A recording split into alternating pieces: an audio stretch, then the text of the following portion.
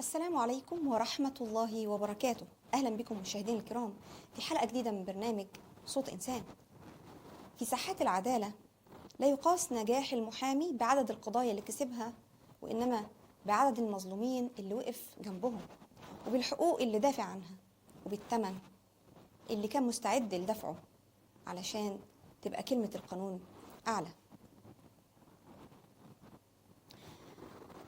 في رجال اختاروا ان تكون المحاماة رسالة قبل ما تكون مهنة، وان يكون الدفاع عن الانسان واجب لا يتغير بتغير الظروف. بيحملوا الملفات للمظلومين وبيطرقوا بيها ابواب المحاكم بحثا عن العدالة، مؤمنين بان كرامة الانسان لا تجزأ، وان الحق لا يفقد قيمته مهما طال الطريق ليه. ومن بين هؤلاء بيبرز اسم الدكتور أحمد أبو بركة، المحامي اللي ارتبط اسمه لسنوات طويلة بالدفاع عن الحقوق والحريات وبالترافع في قضايا سياسية وحقوقية شائكة. طبعا كان بيضع القانون في مواجهة التعسف، وبيتمسك بأن العدالة لا تستقيم إلا بسيادة القانون واحترام حقوق الإنسان. لكن القدر اللي خلاه يدافع عن الآخرين خلاه هو نفسه يواجه تجربة الاعتقال، علشان ينتقل من موقع المدافع عن أصحاب القضايا لواحد من اللي أصبحت قصتهم جزء من المشهد الحقوقي. وبعد سنوات من العمل القانوني والمواقف العامة وتجربة الاحتجاز بتمتد رحلة طويلة بتستحق أن تروى، مش بس لأنها بتحكي سيرة شخص وشخصية مهمة في الواقع السياسي، ولكن لأنها بتعكس جانب من تاريخ مرحلة كاملة شهدت فيها مصر تحولات سياسية وقانونية وحقوقية عميقة. في التقرير اللي معانا في قصة الإنسان بنتوقف مع محطات من حياة الدكتور أحمد أبو بركة، من بداية نشأته وتكوينه العلمي مرورا بمسيرته في المحاماة والعمل العام وصولا إلى سنوات الاعتقال وكل ما أحاط بها من تطورات، علشان نقرب أكتر من قصة هذا الرجل اللي كرس جانب كبير من حياته للدفاع عن القانون قبل ما يبقى هو نفسه موضوع لاهتمام المدافعين عن حقوق والحريات. تعالوا مع بعض نشوف قصة الدكتور أحمد أبو بركة ونرجع مع حضراتكم بعد فاصل، فابقوا معنا.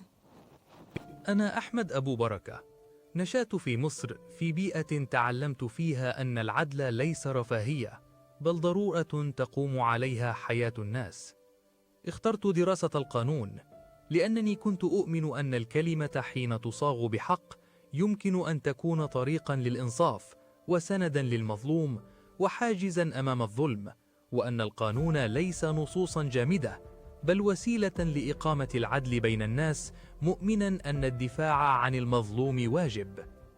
عملت في المحاماة سنوات طويلة ووقفت في قاعات المحاكم مدافعا في قضايا متعددة. كنت أرى أن القانون يجب أن يكون درعا للحرية لا أداة لتقييده، بل ميزانا يساوي بين الجميع. لم أكن أبحث عن شهرة بل عن معنى أن يكون للإنسان صوت وأن يجد من يدافع عنه. ومع انفتاح المجال العام بعد ثورة يناير 2011 شاركت في تأسيس حزب الحرية والعدالة، الذراع السياسي لجماعة الإخوان المسلمين، وكنت مسؤولا عن الملف القانوني فيه، أعمل على صياغة رؤى دستورية وتشريعية في لحظة حلم المصريون بدولة تحكمها القوانين لا الأهواء. تشرفت بعضوية مجلس الشعب وشاركت في مناقشة القوانين، ساعيا لأن يكون التشريع معبرا عن الناس لا مفروضا عليهم.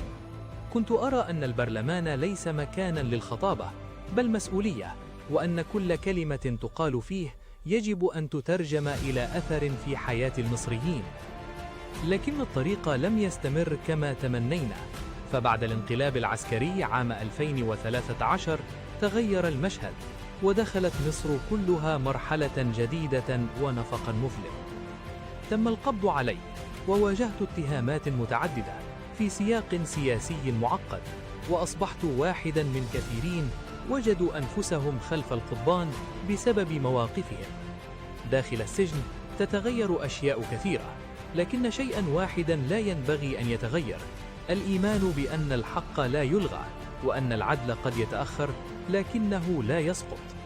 قصتي ليست استثناء بل جزء من حكاية وطن يبحث عن طريقه، وقد أكون اليوم خلف الجدران لكنني ما زلت أؤمن أن الكلمة الصادقة لا تحبس، وأن الفكرة إذا خرجت من قلب مخلص تجد طريقها مهما أغلقت الأبواب. وأقولها بوضوح: لم نطلب لأنفسنا شيئا، بل طلبنا وطنا يسع الجميع وعدلا لا يفرق بين الناس. فإن ضاق بنا الطريق اليوم فسيتسع غدا، وإن تأخرت العدالة فلن تغيب. وإن ظن البعض أن السجن ينهي الحكاية، فهو لا يعلم أن بعض الحكايات تبدأ من هناك. ما زلت على يقين أن الحق لا يموت، وأن ما نزرعه من كلمة صادقة سيبقى حتى لو غاب أصحابه.